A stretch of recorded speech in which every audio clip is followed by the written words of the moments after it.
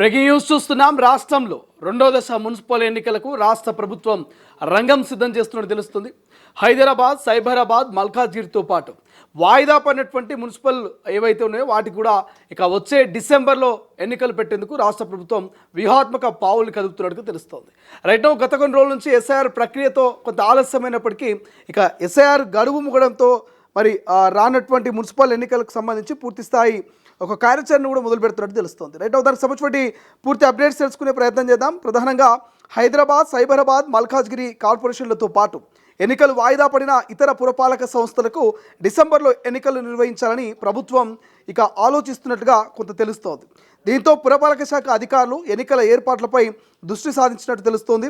SIR ప్రక్రియ October 19తో ముగియడంతో ఆ తర్వాత మున్సిపల్ ఎన్నికలకు సంబంధించిన నోటిఫికేషన్ వెలువడే అవకాశం కనిపిస్తుంది. ఈ ఏడాది ఫిబ్రవరితో రాష్ట్రంలోని 116 మున్సిపాలిటీలు, 7 కార్పొరేషన్లకు ఎన్నికలు జరిగాయి.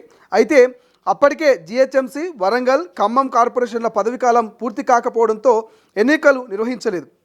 అదేవిధంగా మందమర్రి, మనుగూరు, అచ్చంపేట, నగరేకల్లు, కొత్తూరు, సిద్దిపేట ఈ మున్సిపాలిటీలకు కూడా ఎన్నికలు జరగలేదు. కాగా ఇక జిహెచ్ఎంసీని ప్రభుత్వం సిఎంసి అండ్ ఎంఎంసి పూర్తిగా 3 విభాగాలుగా విభజించింది. సో ప్రస్తుతం అవి ప్రత్యేక అధికారుల పాలనలో ఉన్నాయి. వాస్తవానికి పాలక మండల కాలపరిమితి ముగిసిన 6 నెలల్లోపు ఎన్నికలు నిర్వహించాల్సి ఉంటుంది. అయితే మున్సిపాలిటీలు పునర్వ్యవస్థీకరణ నేపథ్యంలో ఎన్నికల ప్రక్రియ ఆలస్యమైంది. ఈ నేపథ్యంలో వీలైనంత త్వరగా వీటన్నిటికీ ఎన్నికలు నిర్వహించాలంటూ ప్రభుత్వం భావిస్తుంది. ఇక రాష్ట్రంలో ప్రస్తుతం ఎస్ఐఆర్ ప్రక్రియ కొనసాగుతున్నది. అధికారులు ప్రధానంగా దానిపై దృష్టి సాధించారు. అక్టోబర్ 19 నాటికి ఈ ప్రక్రియ పూర్తయ్యే అవకాశం ఉంది. దీంతో ఆ తర్వాత కొంత సమయం తీసుకొని డిసెంబర్లో మున్సిపల్ ఎన్నికలు నిర్వహించాలనే ప్రభుత్వ ఆలోచన ఉన్నట్లుగా కొంత సమాచారం అయితే అందుతోంది. బట్ ఏదేమైనప్పటికీ సో మీ అందరికీ తెలుసు, ఓట్ల తొలగింపు ప్రక్రియ కొనసాగుతుంది.